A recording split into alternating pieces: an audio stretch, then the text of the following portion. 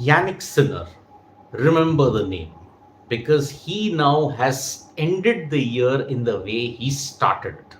He won the Australian Open and created history in January 2024. Now, 8 months later, he has become the first Italian to win the US Open by beating Taylor Fritz of the USA in straight sets 6-3, 6-4, 7-5.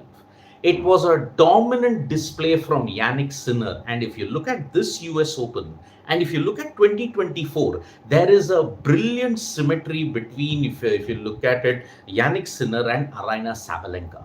Aryna Sabalenka won the Australian Open and the US Open from the women's side. Here, if you look at it, Jannik Sinner has won the Australian Open and he has won the US Open.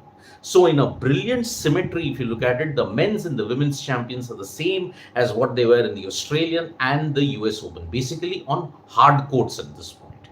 Now, when Novak Djokovic and Carlos Alcaraz were knocked out very early in the US Open, in the second and the third rounds respectively, you felt that the path was clear for Jannik Sinner to ensure that he would win it. And did he win it in style? He was really magnificent in the way how he demolished his nearest opponent, if you have to look at it, who would have derailed him, Daniil Medvedev. You felt that Sinner was well on course to ensure that he would win. Taylor Fritz, on the other hand, it was the American dream. He was really having a wonderful US Open. He'd beaten Francis Tiafoe in the semi-final to make it to the final. He wanted to become the first US tennis player to win the US Open after Andy Roddick in 2003. But unfortunately, it was not meant to be. It was a brilliant display from Jannik Sinner, who coming into this tournament was plagued by allegations of doping. Now he was let off with a warning because of some weird situations that had come up. And many of the tennis players had not voiced, they had voiced their dissent against it. They said it was just not on, and it was a ridiculous ruling that had happened in the case of Jannik Sinner. But Jannik Sinner put aside all those noises and ensured that he had a fabulous display in the US Open. So, if there is one moment that summed up the chance that yes, Taylor Fritz could not come back into the game and also ensure that he was not going to win the US Open, was the third set, game number 8. He was up 3-5. He could have easily served for the set and taken it to the fourth. And who knows, the turnaround could have happened at that time.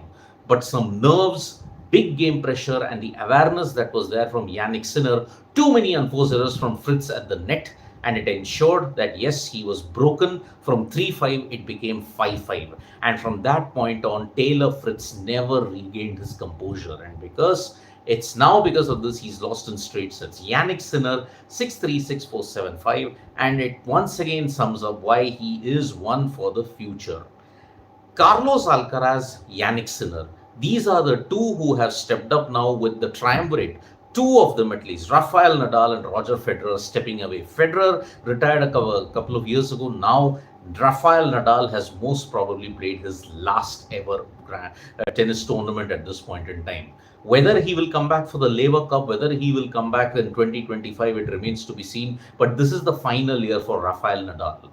Only Novak Djokovic remains at this point in time, and whether he can get to Grand Slam number 25, that is the key thing for him. So there is only one in the triumvirate remaining now. Carlos Alcaraz and Jannik Sinner are the two. Who will be the third? Is it Medvedev? Is it Tiafoe? Is it Zverev? Is it Tsitsipas? Is it Thiem?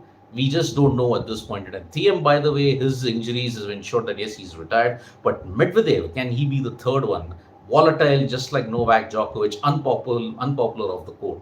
But Carlos Alcaraz and Jannik Sinner, the two tennis players in this modern era now, who will carry the great legacy of the games forward. So it is a big, big achievement for Jannik Sinner, winner of the Australian Open, now winner of the US Open, the first Italian to do it. Remarkable effort in the 21st century that he's managed it. So if Italy is being put on the tennis map, it is all thanks to Jannik Sinner at this point in time. So it is a really wonderful situation that is there at this point in time. So congratulations to Jannik Sinner. Commiserations to Taylor Fritz. He just could not win the US Open at this point in time.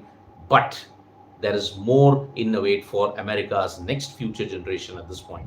Francis Tiafoe and Taylor Fritz have nothing to be ashamed about. They really, really did well at this point in time.